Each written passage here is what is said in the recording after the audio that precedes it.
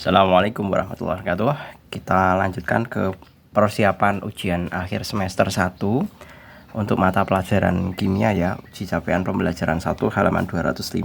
Larutan H2SO4 2 molar sebanyak 200 ml direaksikan dengan 8 gram besi oksida dengan reaksi seperti halnya di dalam soal.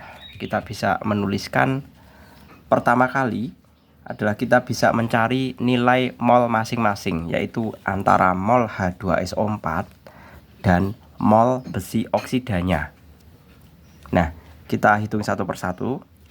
Mol H2SO4 kita bisa peroleh karena di sini ada volume dan ada molaritasnya.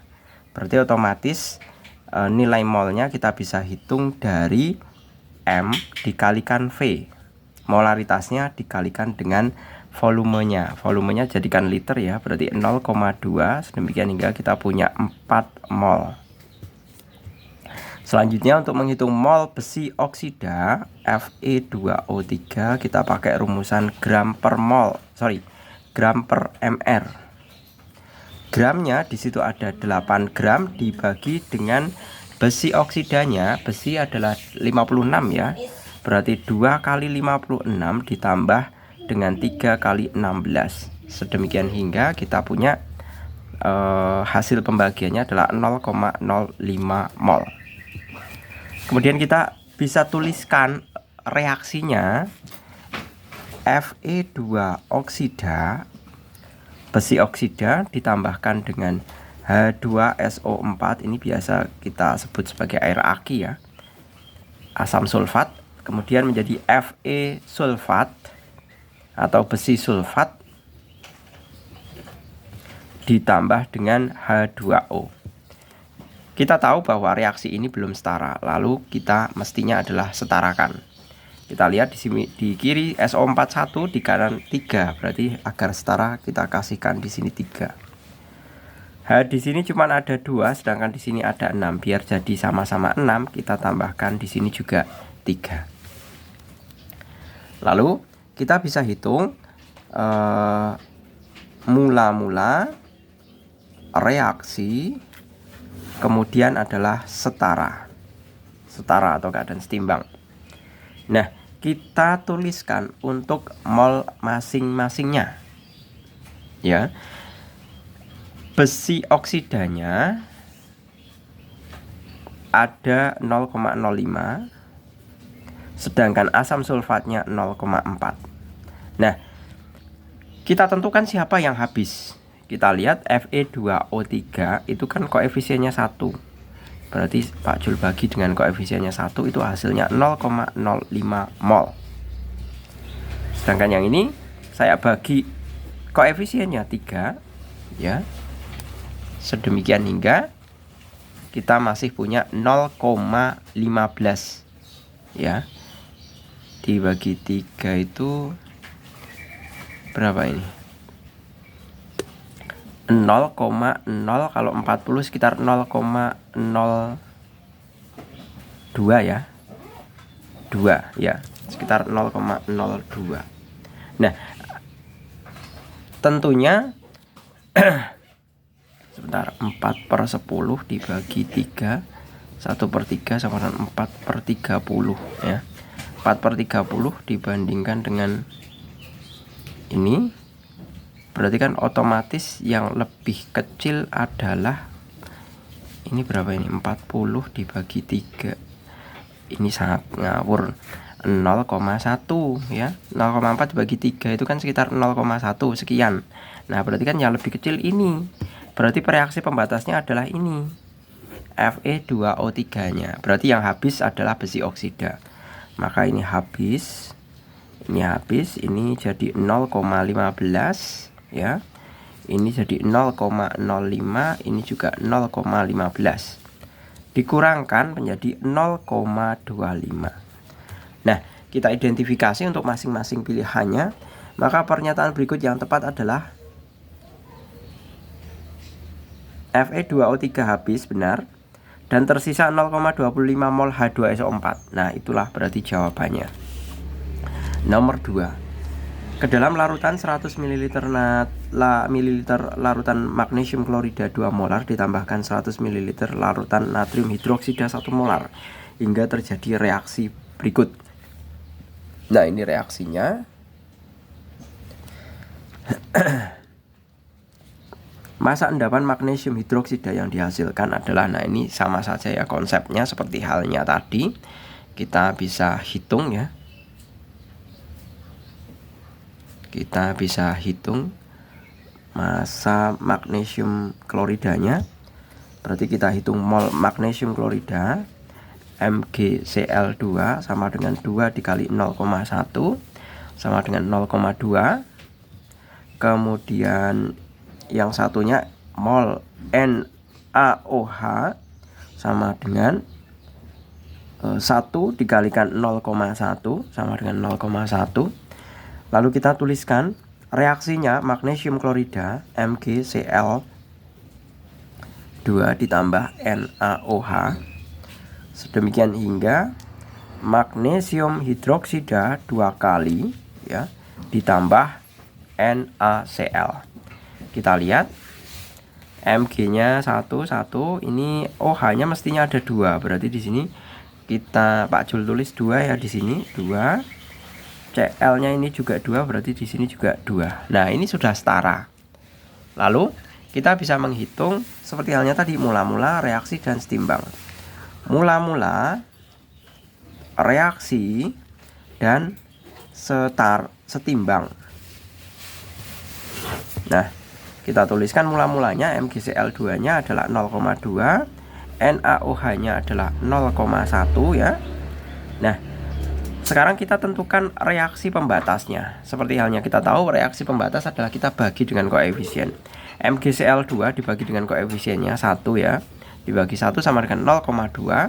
Sedangkan NaOH 0,1 dibagi dengan 2. Bagi 2 sama dengan 0,05 ya. Maka yang lebih kecil adalah NaOH. Berarti NaOH lah yang sebagai reaksi pembatas karena dia habis.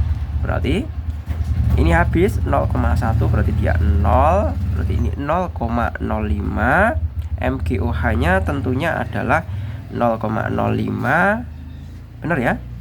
Kemudian NaCl nya adalah 0,1, di sini 0,15. Nah, padahal pernyataannya adalah massa endapan MgOH. MgOH nya ini, nah ini ada mol ya. Berarti karena kita tahu mol adalah sama dengan gram per mr, sedemikian hingga kita cari gramnya adalah 0,05 karena mol MgOH-nya 0,05 mol dikali mr MgOH 2 kali.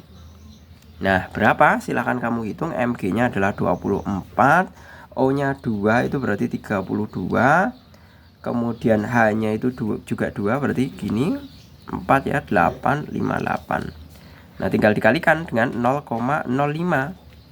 58 kali 5 04, 25, 29 ya, sama dengan 290 per 100, hilang 2,9 gram ya. Ada jawabannya, yaitu yang E. Berikutnya nomor yang ketiga. Nah, ini lumayan kompleks ya. Kristal kalsium klorida CaClNH2O sebanyak 7,35 gram direaksikan dengan larutan asam oksalat dengan reaksinya seperti ini. Dari reaksi tersebut ternyata didapatkan endapan kalsium oksalat sebanyak 6,4 gram.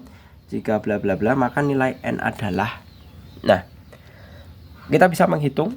Pertama adalah menghitung masing-masing molnya. Tapi Pak Jul akan tulis reaksinya terlebih dahulu ya. CaCl2 NH2O ditambah H2 C2O4, sedemikian hingga kita punya kalsium Ca2O4 ditambah NH2O ditambah HCl. Nah, seperti ini. Kita hitung untuk masing-masing molnya. yaitu mol Ca ini dan mol ini. Kita hitung ya. Mol Ca C2O4 sama dengan jelas gram per mr. Di situ sudah diketahui bahwa endapan kalsium oksalatnya, ya kalsium oksalat itu ini, kalsium oksalat 6,4 gram. 6,4 dibagi dengan mr-nya adalah mr kalsium oksalat itu 128, sedemikian hingga kita punya 0,05 mol. Nah, lalu kita kan akan mencari mol kristalnya. Mol kristal. Mol CaCl2NH2O. Nah, ini dari mana kita mencarinya? Kita cari dengan perbandingan koefisien. Ya. Kita mencari dengan perbandingan koefisien. Karena ini kan asumsinya sudah setara ini. Bukan asumsi, memang sudah setara ya. Ini sudah setara. Nah, maka kita bisa menghitung pakai tadi perbandingan koefisien itu akan sama dengan perbandingan mol ya.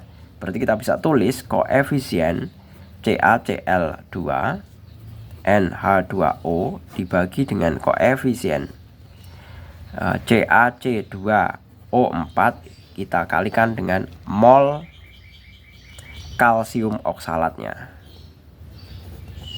Nah, sedemikian hingga kita punya mol ini, koefisien ini 1 dibagi dengan mol kalsium oksalatnya 1 juga dikalikan dengan 0,05 mol sama dengan 0,05 mol.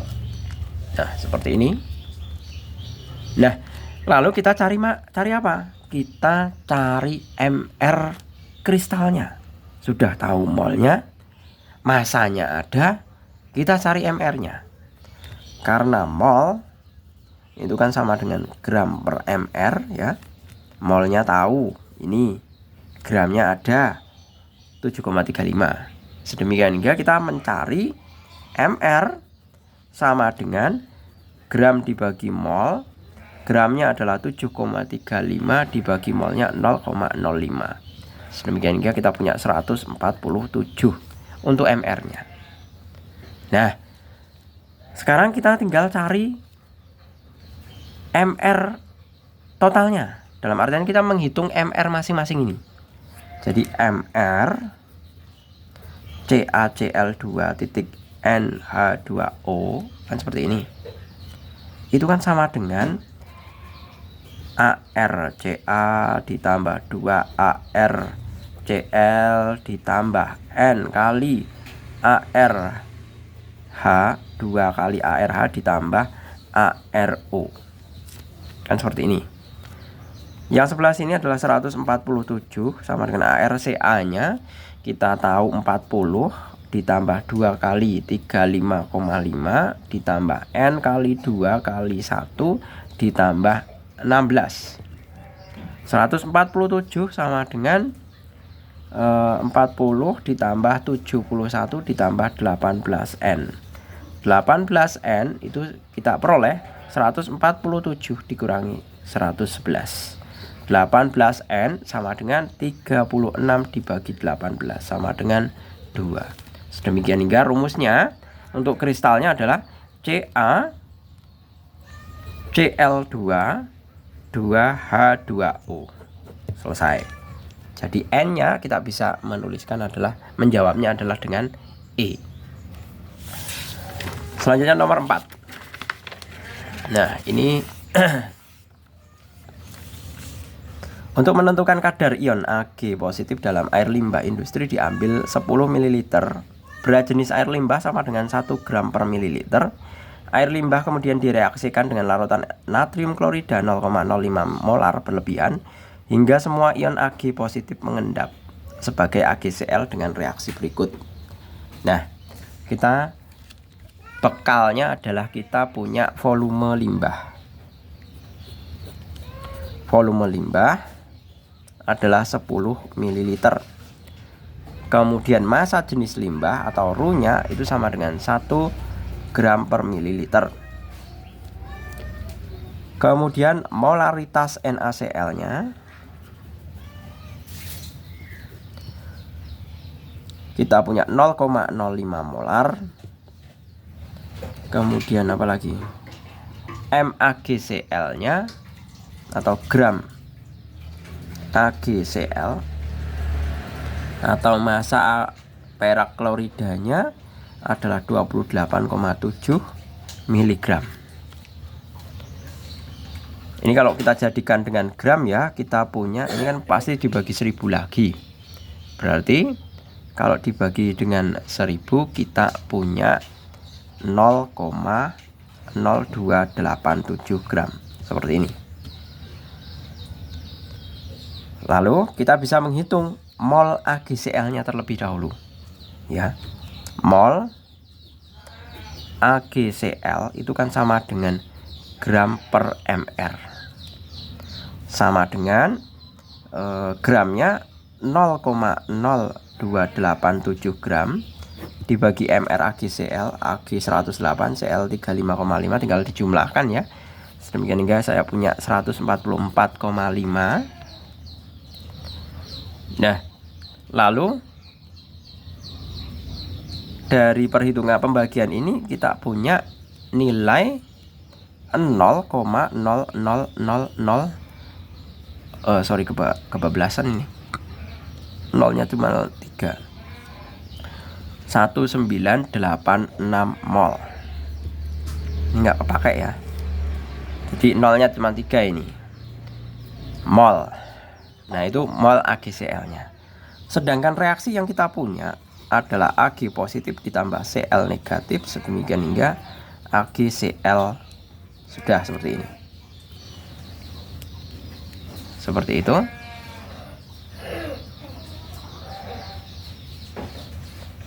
Sebentar. Nah, ini sudah setimbang. Ya kan?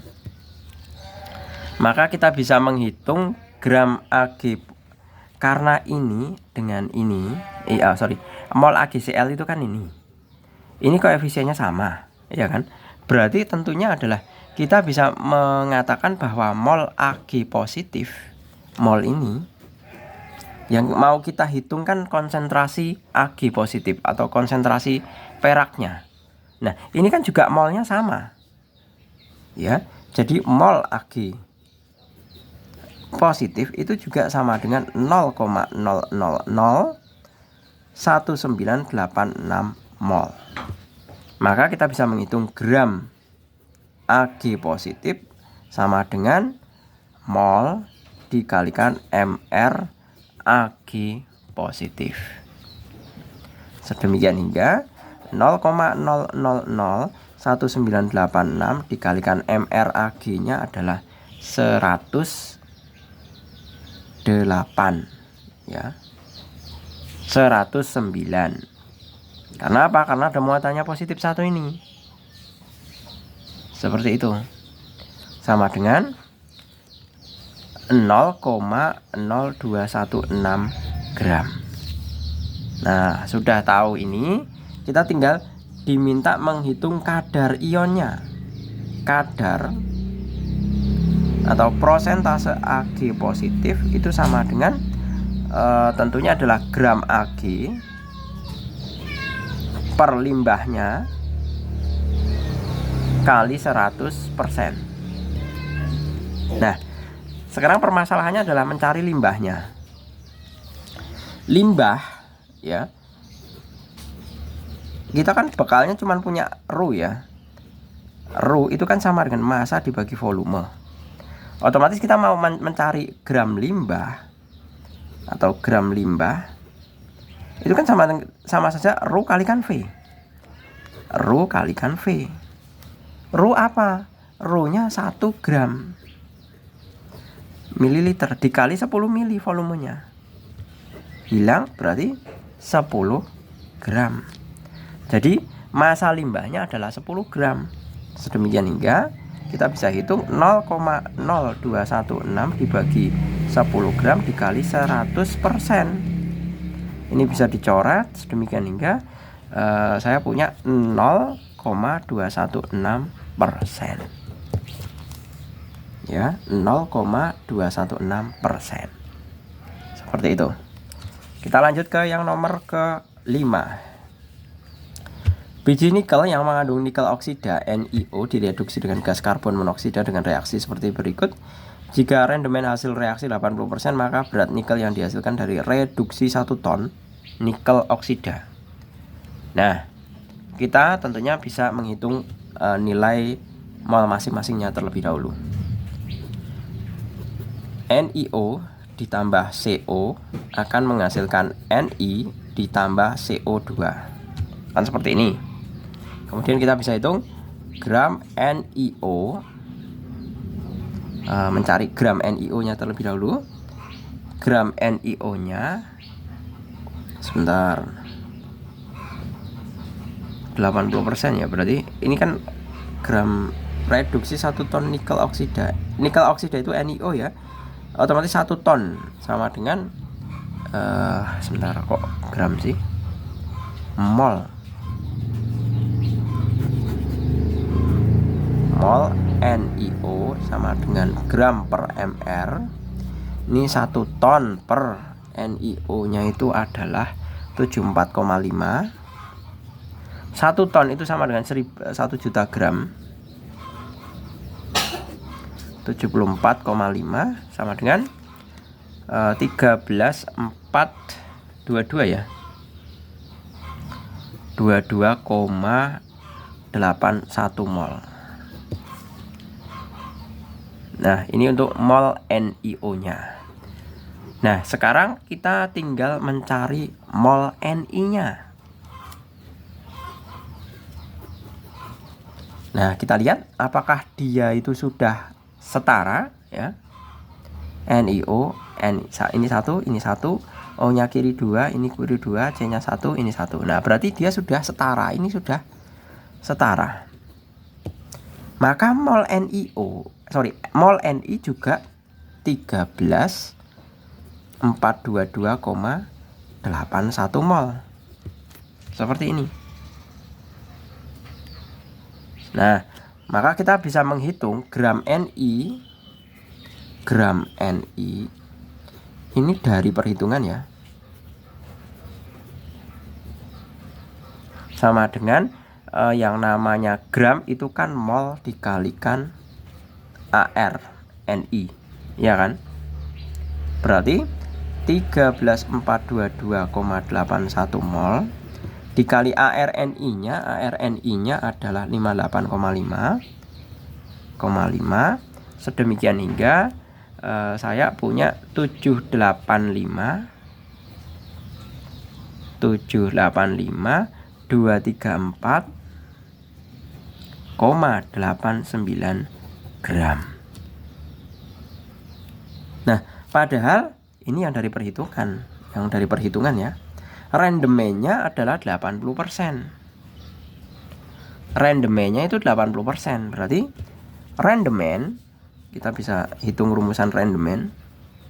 Itu kan sama dengan gram Ni real kenyataan dengan gram Ni perhitungan kali 100%.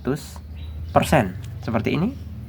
Rendemennya adalah 80%.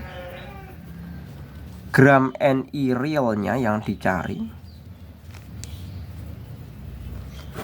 Ni perhitungannya 785,234,89 kali 100%. Persennya bisa hilang, 0, 0. Kita tinggal kalikan silang, kemudian dibagi dengan 10 ya. Berarti gram Ni real adalah, tinggal dikalikan ya, dikalikan itu saya memperoleh 628.187,91 gram.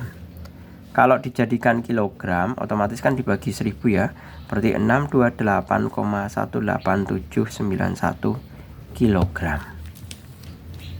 seperti ini. Ada ya, 628, adanya 628 ternyata. Oke, berikutnya untuk yang nomor ke-6. Pernyataan berikut yang tidak tepat terkait teori atom mekanika gelombang adalah: subkulit merupakan sekumpulan orbital yang mempunyai energi setingkat. Benar ya? Maksudnya masing-masing subkulit itu punya energi masing-masing. Orbital merupakan ruang yang mempunyai kemungkinan terbesar dapat ditemukan oleh elektron. Benar. Setiap orbital ditandai dengan 4 bilangan kuantum yang berbeda dengan yang lain. Itu juga benar.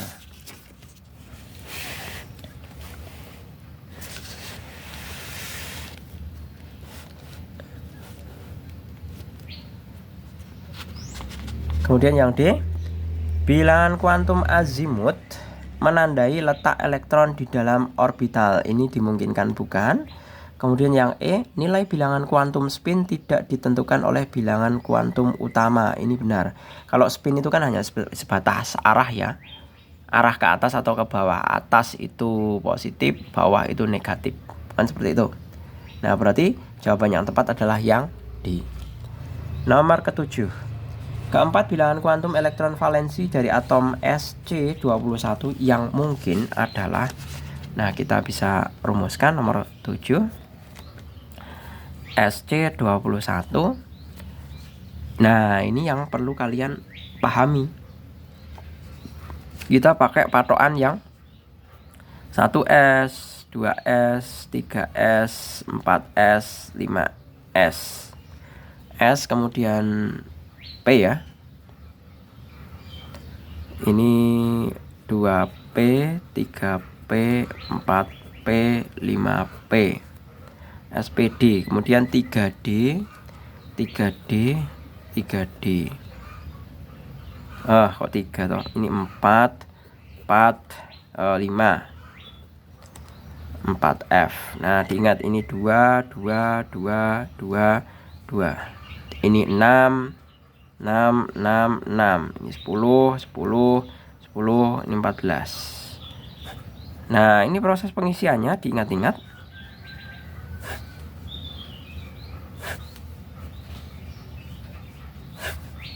Nah, seperti ini proses pengisiannya. Berarti kalau kita mengurutkan orbital SC21 adalah tentu 1S2, 2S2, 2P6, 3S2, 3P6, 4S2, 3D1. Nah, kita lihat untuk orbital yang terakhir adalah 4S2 dan 3D1. Nah, berarti bilangan keempat bilangan kuantum elektron valensi dari atom 21SC yang mungkin adalah, nah ini berarti S ya, D, SPD berarti berapa? 5 ya. 1, 2, 3, 4, 5. Nah, tinggal kita isikan ya. Isikan. Nah, seperti ini. Yang terakhir itu kan berarti tentu ini. Iya kan? Berarti N-nya berapa? N-nya jelas 3, L-nya 2, kemudian ML-nya adalah min 2. Kalau ini kan 0 ya, 0, min 1, min 2, min 2. Kemudian spinnya adalah positif setengah. Seperti ini. Jadi jawabannya adalah yang E. Sebentar. M-nya itu mestinya min 2 ya. Nomor 7 itu 3, 2.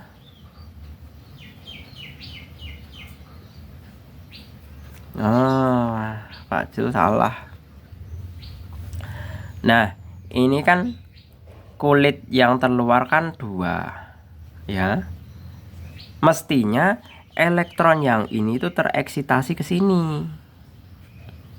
Ya, tereksitasi ke sini. Jadinya ini kan mula-mula kan seperti ini. Ini yang satu ini mestinya mengisi orbital yang lebih dalam terlebih dahulu atau 3D dulu. Berarti kita bisa menuliskan merevisi ini ya. Seperti ini. 1 2 3 4. Nah, di sini kan mestinya ada 2. Ini Pak Jol tulis dulu yang ini kan tetap di sini karena 3D kan di sini. Nah, yang satu ini itu tereksitasi mengisi orbital yang lebih dalam dulu. Nah, seperti ini. Ya. Seperti itu. Jadi, kita bisa mengatakan keempat bilangan kuantum elektron valensi yang terakhir itu siapa? Nah, yang terakhir adalah sebentar.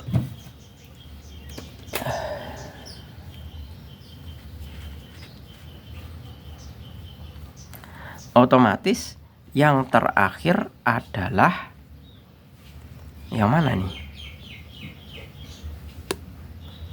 Mestinya ini ya. Karena kan yang terakhir ya tetap ini. Ya, berarti N-nya nek 4 nggak mungkin. Berarti yang ini. Sorry. Berarti yang ini yang terakhir. N sama dengan 3. Kemudian L-nya 2, benar. Kemudian M-nya sama dengan -1. Kemudian S-nya adalah positif 1, seperti ini. 3, 2. Kok tidak ada ya? Tidak ada ternyata. Ya, tidak ada. 32 -2 ml-nya ini juga sama, tidak ada ini. Jadi untuk pilihan yang sini tidak ada, ini juga sama-sama tidak ada ya. Adanya ini malah positif 2. Seperti itu. Jadi yang nomor 7 ini silahkan kalian bisa buat bahan diskusi ya dengan guru atau teman kalian. Coba didiskusikan ini. Jadi kalau secara normalnya jawabannya kan ini. Tapi kan yang namanya kecenderungan sebuah elektron itu kan kecenderungannya dia akan tereksitasi atau mengisi orbital yang lebih dalam terlebih dahulu. Nah, mestinya adalah jadinya seperti ini. Ya. Oke, gitu. Saya tinggalkan nomor 7. Silahkan untuk bahan diskusi kalian. Kemudian nomor 8. Ini adalah huruf Y sama X ya. Kita bisa tuliskan yang satu itu adalah DXY. 2. Kemudian di sini adalah X dan apa ini?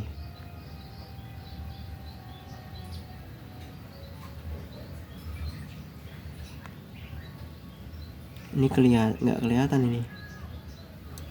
Ini X Y, benar. Ini ke atas ya. Ke atas berarti Z dengan ini kan bunderannya kan ke atas Z ya. Berarti DXZ. Kalau ini kan bunderannya ke Y, berarti makanya DXY. Kemudian yang ini, nah ini yang beda. Yang ketiga itu adalah di X semua, DX kuadrat 4. Ini ada di Y dan Z, berarti D Y Z. Kemudian yang kelima, nah kelima di masing-masing sumbu X dan Y, Z nya nggak ada. D X kuadrat min Y kuadrat, seperti ini. Coba kalian bisa perbesar ya. Ini masalahnya gambarnya udah kecil dulu. Coba. Nah, silahkan dicocokkan dengan apa yang Pak Jul kerjakan di sini. Ya. Ini kan masing-masing ada di sumbu X sama di sumbu Y, makanya DXY. Kemudian yang ini berada pada sumbu Z ya, dan sumbu X, berarti DXZ. Ini berada di X juga, DX kuadrat. Kemudian yang keempat ini di sumbu Y, X-nya kosong, Y-nya ke atas. Di sumbu X kan kosong, makanya DYZ. Kemudian kalau yang ini Z-nya yang kosong, berarti DX kuadrat min Y kuadrat. Seperti itu. Jadi kita bisa menyimpulkan gambar yang merupakan bentuk orbital dx kuadrat min y kuadrat tentunya adalah yang kelima, yang E. Gitu ya. Kita lanjut. Kita kembalikan dulu ke dalam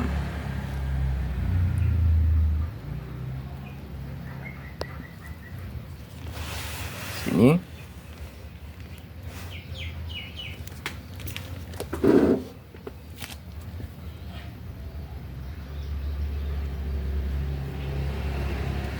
Oke, kita lanjutkan ya. Untuk yang nomor 9. Wah, ini 30 menit baru nomor 9 ya.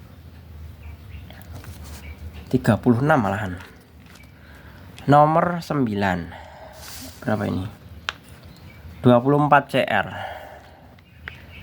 24 CR itu sama dengan tadi, masih sama, pakai orbitalnya ini ya, urutannya. Kita menuliskannya berarti Pak Jul bisa tulis itu, jangan sampai sekali-kali kalian lupa. Jadi 1S2, 2S2, 2P6. Sebentar, ini nomor berapa toh? Nomor 9 ya. Iya benar. 1S2, 2S2, 2P6, 3S2, 3P6, 4S2 dan 3D4. Seperti ini. Nah, maka kita bisa hitung ya ini. Ini sama seperti halnya yang tadi, karena ini kan kecenderungan yang luar itu kan malah sudah penuh 2, tapi yang dalam belum penuh. Mestinya ini nanti tereksitasi 1 elektron ke sini. Ya. Jadi 4S1 3D5 mestinya seperti itu. Jadi kalau kita diminta untuk jumlah elektron tidak berpasangan pada atom 24 CR adalah, nah ini berarti kan ini jelas 1.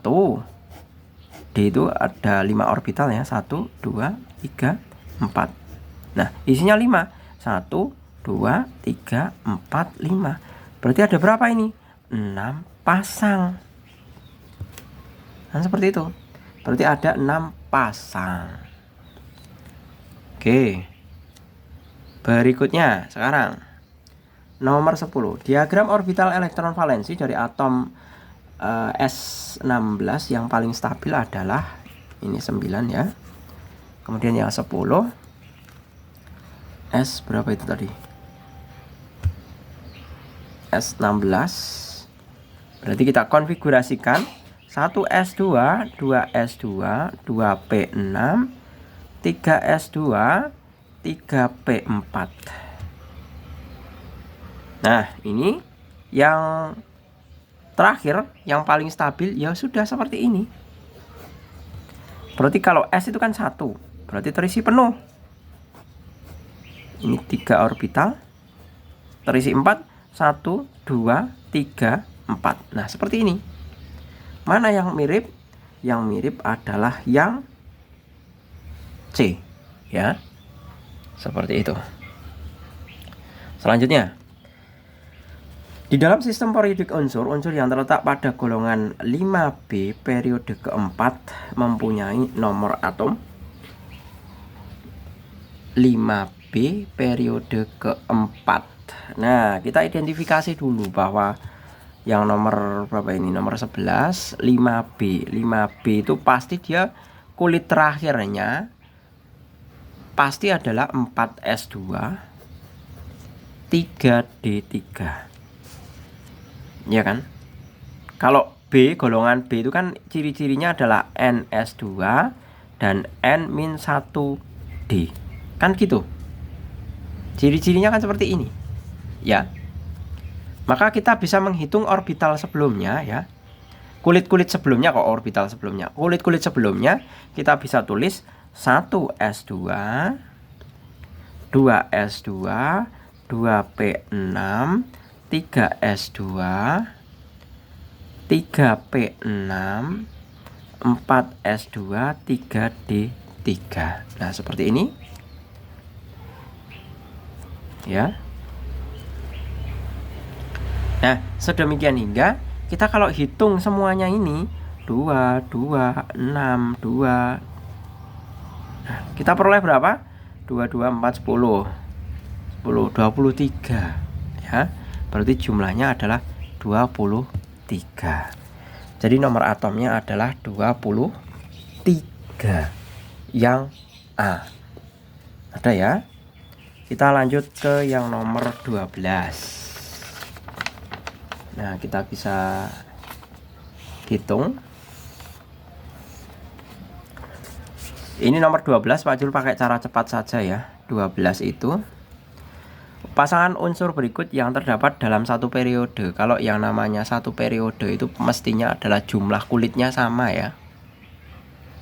Mestinya jumlah kulitnya sama. Seperti itu.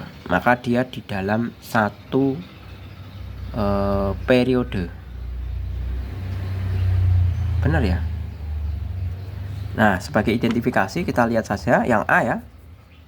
A itu 12. Itu kan 2, 8, 2. Kemudian B 24, 2, 8, 8. Kemudian 6. Nah, ini udah tidak dalam satu tidak dalam apa? Orbitalnya tidak sama, berarti dia tidak satu golongan. Ya kan? Kok tidak dalam satu golongan? Tidak dalam periode yang sama. Kemudian ini yang A. Kemudian X 21, Y 39. 2, 8, 8. Kemudian 3. 39 itu 2, 8, 18, 8. Benar ya? 28, 36, ini 3. Ini 4, ini 5. Nah, ini B itu juga bukan. Sekarang yang A 12. Langsung aja. Ini kan udah kita hitung. A dengan X. A 3. X-nya 1, 2, 3, 4. 4. Ini 3, ini 4. Berarti C itu juga bukan. Kemudian yang D, B dengan X. B 4, X juga 4. Nah, B itu ini ya D ya. D sama, berarti itulah jawabannya.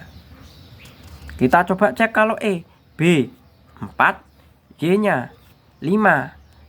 E juga bukan. Seperti itu. Gitu ya. Kita lanjut untuk yang nomor ke-13.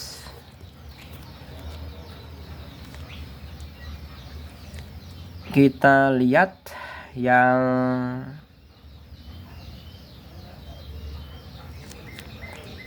ini perhatikan konfigurasi elektron beberapa unsur berikut. Unsur yang mempunyai energi ionisasi terbesar adalah, kalau diminta untuk mencari energi ionisasi yang terbesar, itu kan mestinya energi ionisasi yang terbesar itu kan adalah yang paling kanan ya. Yang paling kanan atas. Maksud saya seperti ini. Besar, kecil. Kan gitu. Ionisasi kan bekerjanya seperti ini. Yang paling kanan besar, atas kanan besar. Kalau ke bawah itu kecil. Itu kebalikannya dari jari-jari. Nah, kita identifikasi saja. Ini letak-letaknya. Kita cukup mencari letak P. P itu letaknya 1A periode 3. Q 2A periode 3 juga. R, nah 7A periode 3 juga. S itu ini. Nah, ini pakai yang rumusan N-1. Kalau B itu kan NS N-1D. Kan seperti ini. Berarti S ini B ini mestinya. 5B. Periodenya adalah 4. Kemudian T ini 1A periode 4. Nah, yang paling besar adalah yang paling kanan atas. Yang paling kanan atas adalah 7A. Ini berarti jawabannya adalah yang R. Ya kan? Kalau dalam satu periode ini kan urutannya 1A, 2A, kemudian 7A. Yang paling kanan itu kan jelas 7A. Yang kalau 1A itu kan paling kiri sendiri. 2A itu paling kiri nomor 2. Seperti itu. Ya. Jadi 13 clear. Terus 14. Molekul AX2 mempunyai 6 pasang elektron. 4 diantaranya merupakan pasangan elektron bebas. Bentuk molekul AX2 yang paling mungkin adalah mempunyai, gini, catatannya gini, 6 pasang elektron bebas.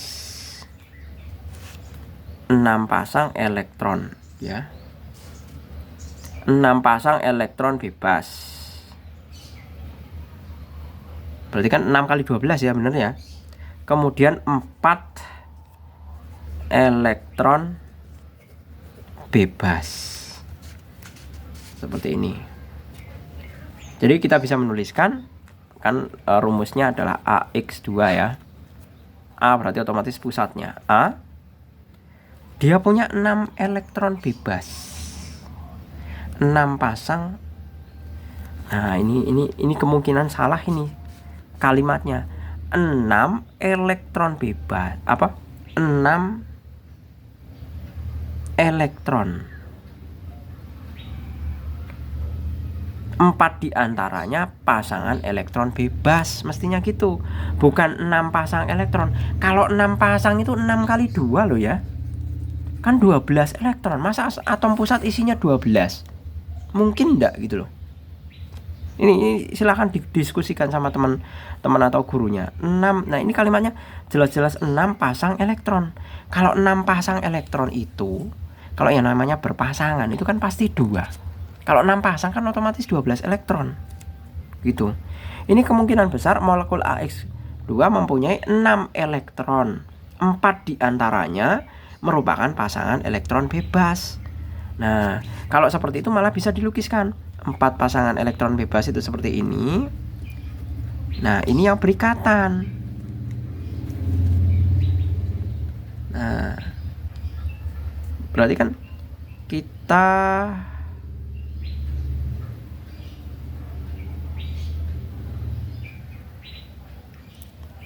sebentar ya. Ini X ya, katakanlah ini X. Ini X. Ini biar 8 kan berarti di sini 6. Sorry. 1 2 3 4 7.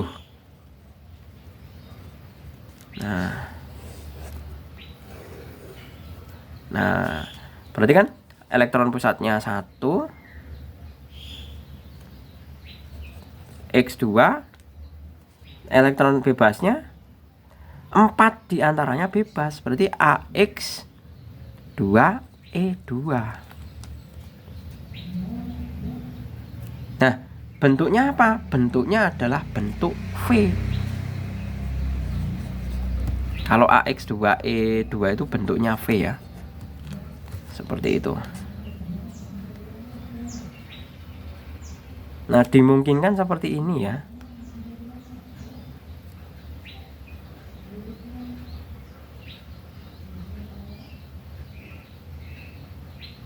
AX2 6 pasang elektron. 1 2 3 4 5 6. 4 diantaranya, atau yang dimaksud 6 pasang elektron itu ini ya, 1 2 3 4 5 6. Kemudian dia punya 4 elektron bebas. 4 elektron bebasnya miliknya A ini. 1 2 3 4. Kalau sebenarnya dalam definisi pasangan elektron bebas, pasangan elektron itu yang dimaksud itu ini loh, X dengan O ini. Ini yang dimaksud pasangan elektron.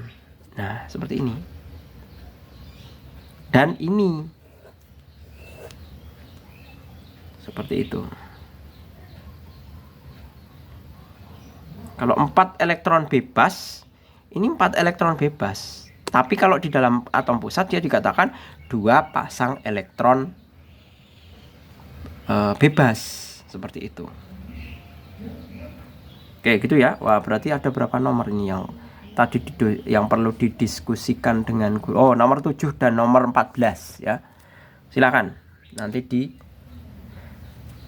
diskusikan dengan temannya. Nomor 15. Apabila atom 15P berikatan dengan atom 17Cl membentukkan molekul PCl3. PCl3, Cl itu kan jelas 7 ya. P-nya 15, berarti kan P itu sama dengan 2 8 5. Berarti ada 5 nanti P-nya. Berarti kita bisa tulis P-nya seperti ini, X ya. X hubungkan dengan Cl 1 2 3 4 5 6. Cl 1 2 3 4 5 6. Cl 1 2 3 4 5 6. Nah, seperti ini. Berarti kita bisa nulis ada atom pusatnya yang berikatan itu AX3E. Nah, seperti ini. Bentuknya adalah AX3E. Ini cari di tabel ya. Kita bisa mendapatkan piramida trigonal. Seperti itu. Selanjutnya untuk yang nomor berapa ini? Diagram orbital elektron valensi dari 2 atom. Dari 2 atom unsur berikut digunakan untuk menjawab soal nomor 18, 16 dan 17. Nah, nomor berapa ini? 16 terlebih dahulu. Pertanyaannya Pak Jul bacakan ya. Pertanyaannya, dalam sistem periodik unsur X dan Y dalam X Y masing-masing terletak pada golongan. Nah, ini kelihatan yang X itu terakhirnya adalah 2S2 2P2. Y-nya adalah 2S2 2P5 ya. Nah, kita bisa tahu dengan cara apa? Kita tinggal lengkapkan bagian depannya, kan tentu 1S2 1S2. Nah, ini berarti kita bisa mendapatkan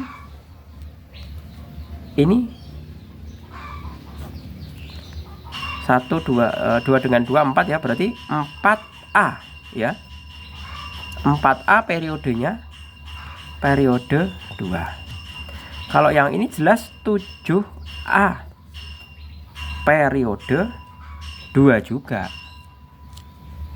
Berarti kita bisa menghitung nomor 16 itu bukan menghitung ya, menjawab mestinya. Kita bisa menjawab bahwa XY golongan 4A periode kedua dan 7A yang Y golongan 7A periode kedua. Jadi jawabannya adalah yang D. Kemudian nomor 17. Apabila unsur XY berikatan maka jenis ikatan dan rumus kimianya adalah, nah kita lihat dulu. Karena XY elektron valensinya adalah 4 ya. Ini kan elektron valensinya 4 ya, masih pakai ini aja. Berarti kan X 4 ya, X seperti ini. Kemudian Y Y padahal 7A. Kita bisa tulis seperti ini.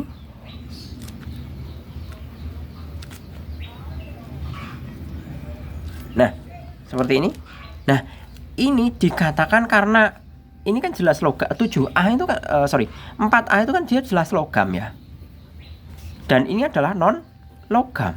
Maka kita bisa menyimpulkan bahwa ikatan ini AX4 adalah ikatan kovalen. Ya. Ikatan kovalen.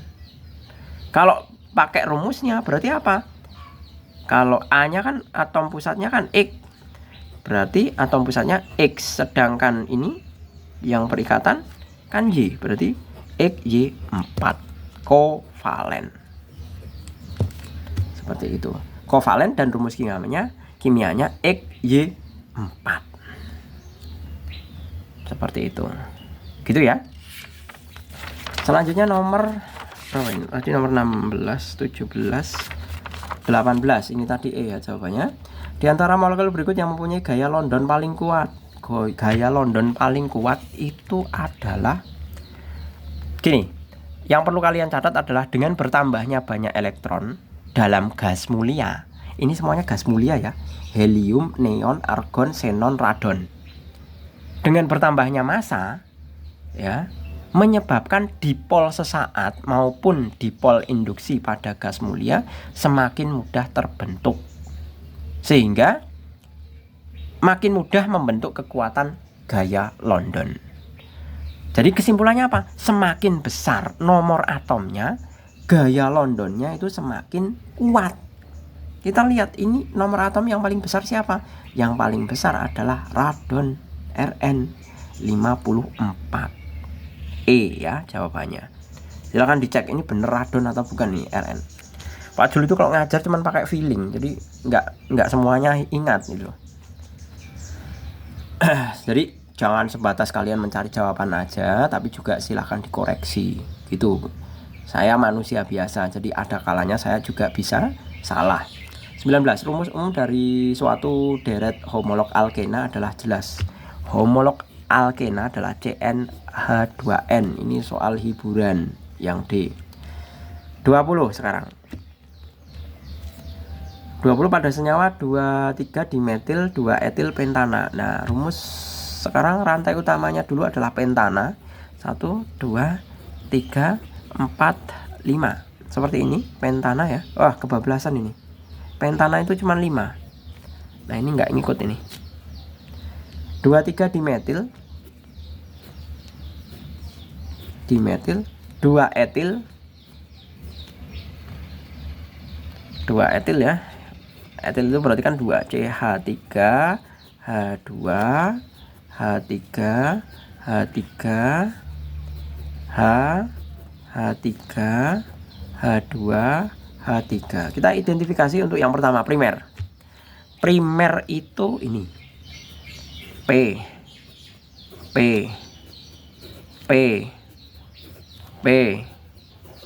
primer itu hanya mengikat satu atom karbon.